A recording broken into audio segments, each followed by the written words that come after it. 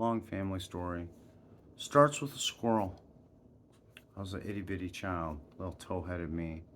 I grew up in Royal Oak on York, and mom and dad, Dan and Lynn McCloskey, integral to the story. Now, him, he's, well, his totem, I haven't figured it out. Because his team is the Red Wings, but he's a working man. He puts on a business suit. He's black and white. He's some kind of black and white bird, really. It's true. That's him. He's a chickadee. He's something. He's a bird. He's a bird. He's not an eagle, really. Nah, don't even. He's some kind of raven, crow, something like this. Her, she's a squirrel, and this is why. So, and don't ever do this. You can tame a squirrel. I've done it as a little child. Lynn goes, man, the squirrels, we're going to feed them something. Would you like to give them a treat? I said, yes. And she goes, what do we give them?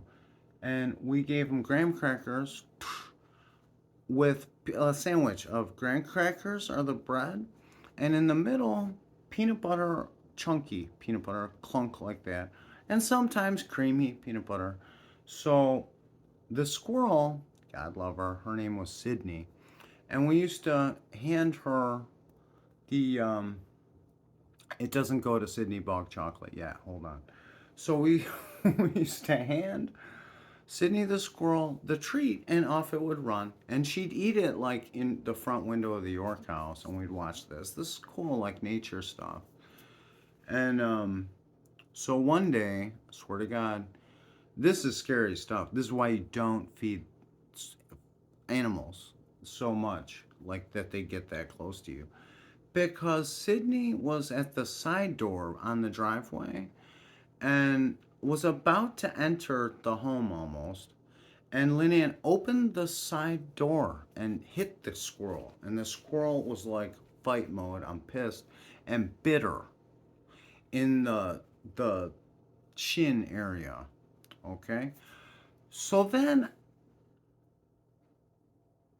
I don't think they had insurance in the 80s. Don't blame anyone, because she goes, I swear to God, I just want to lay down. So she goes, lays down in her bed. And she does the wrong thing, really. She's in and out, like she's kind of like she was having weird visions, and they had melded. Somehow her totemic animal and the woman that raised me had melded friendship in God's green heaven. I mean it. There are coincidences in life, and then there's we're kin now because I bit you. Thanks for feeding me. Like so. It wasn't like it. Of all things, Sydney was a clean squirrel. Lynanne did not get rabies, but she went crazy. And she laid down, and I think back as a man now at 46, I thought, we're going to the hospital. I'm calling an ambulance. We're going to the hospital. Not what the man in the house did. And he was there. He was aware of it. He's just, again, like she just wants to lay down. Like she's just commanding him, get the hell away.